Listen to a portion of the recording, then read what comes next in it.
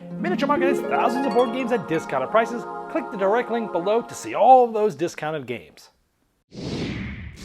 Hello my friends, earlier this week, the Spiel des Jahres German Game of the Year nominees came out. I did a whole video on that, breaking down the games that were nominated and what I thought about them and my predictions and commentary. One of those games was Sky Team, a hugely popular two-player limited communication cooperative game from last year that had come out that I've also reviewed. You could check that review out as well.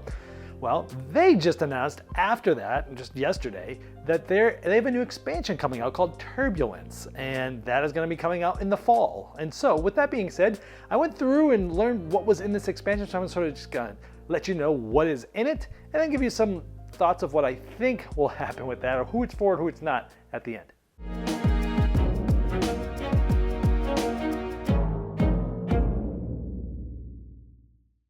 So Sky Team Turbulence is an expansion that brings 20 new scenarios. So it basically doubles the amount of scenarios that we're in since the base game. Now, it does use mechanisms from the base game modules because you had 20 of those in the base game, and there were different modules that you used. Well, a lot of those modules you'll be reusing again in different ways, but there's also new modules included. For example, there is an Altitude 5000, where the game begins with the 5000 space in the current altitude space instead of the 6000 space, which means that you not only lose your starting reroll token, you also have one less turn to get everything done, putting more pressure on you, having to do things more efficiently.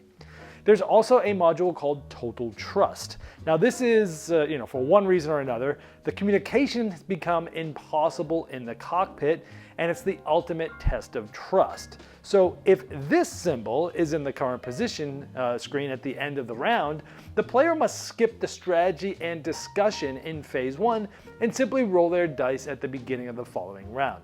So in that case, you're not even able to plan, so that makes it a lot harder in that way. There are alarms, which you'll bring a new board into the mix, and if there's an alarm symbol in your current space at the beginning of a round, you flip one of the alarm tokens face up, and you can no longer use that action on the control panel until you reset that system by spending a die to remove that alarm token. So instead of putting it on the control panel, you got to put it on the alarm, which makes it so one extra step before you can place it on that original place you wanted to place it again. So again, making things more difficult. Now there's also 4 new altitude tracks, and these bring on different effects. One of those is Turbulence, where every time you place a die on an action at that specific altitude that has turbulence, you must re-roll all your remaining dice. Or there's Bad Visibility, where both players only roll 2 dice, leaving the other 2 aside, which you'll roll into your pool one at a time after you take an action, giving you less information of your pool during your decisions. Now there's also scenario-based rules, where maybe your engines are inactive, or the landing gears are stuck, or dealing with headwinds, placing the head module upside down. So in addition to 2 new modules, there's new scenario-based difficulties as well. So when I first heard about this, I thought, okay, well, I guess, I'm not through all 20 scenarios in the original Sky Team. Why would I even be interested in this? Well, I like the way that they set this up because they spread it out much like the base game, where you have a smaller amount that are green or easier, then it goes, to yellow, then to red, then to black. So if you're someone like me who has gotten through sort of the easier and the medium ones, but you're still at the beginning of the hard red ones in the base game and never gotten to the super hard ones, you're like, well, why do I need another expansion if I haven't even finished the first one?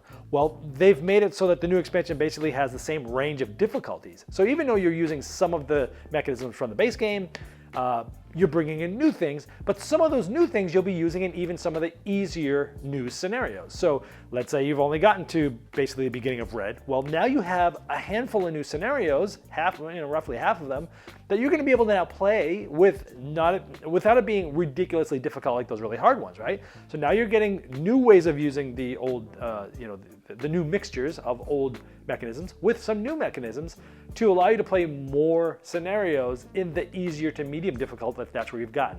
And if, of course, you've made it through all the way through the entire expansion, the base game, well, now you have basically 20 more that you'll get through. But for me, I was a little skeptical at first. I'm like, I'm not even through the base game modules yet. Why would I want this? Well, this is why. Because I'm kind of stuck at red and I'm having a tough time because you're not always playing the same player, but now you can play some other easier ones with some new mechanisms, new modules, and things like that. So I think it'll be interesting, and I'm looking forward to trying this out in fall when it comes out. Game Toppers upgrades every game you play, and they'll be launching the 4.5 Kickstarter this July, which will introduce the new Galactic Minecraft Game Topper, as well as new miniature game terrain packs, leg kit options, dining covers, accessories, and amazing package deals. Game Toppers will be at the Origins Game Fair in Columbus, Ohio, June 19th to 23rd at booth C2119, where some of these new items will be demoed, so stop by there or check them out at GameToppersLLC.com.